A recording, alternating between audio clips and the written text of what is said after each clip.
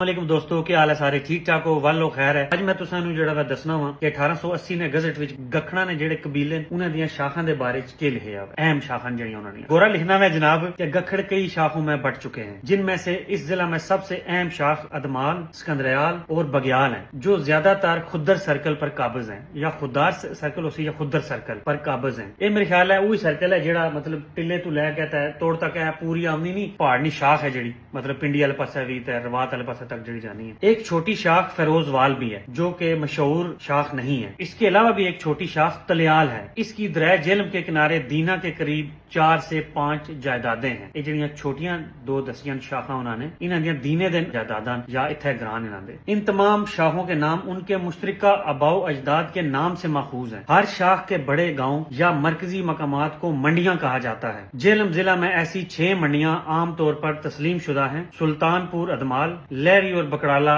सिकंदरयाल, डुमेली पदरी और बड़गवा बग्याल, भेट और सलियाल जो पहले बग्याल की बड़ी मंडियां थी अब जवाल पजीर हो चुकी हैं। ਇਹ ਜਨਾਬ ਗਖੜਾਂ ਦੇ ਨਾਮੀ ਕਬੀਲਿਆਂ ਦੇ ਬਾਰੇ 1880 ਦੀ ਤਹਿਰੀਰ ਹੈ। ਮੇਰੇ ਨਾਲ ਜੁੜੇ ਰਹੋ ਤੇ ਮੇਰੀਆਂ ਵੀਡੀਓ ਲਾਈਕ, ਸਬਸਕ੍ਰਾਈਬ ਤੇ ਸ਼ੇਅਰ ਕਰਦੇ ਰਹੋ। ਪਾਕਿਸਤਾਨ ਜ਼ਿੰਦਾਬਾਦ।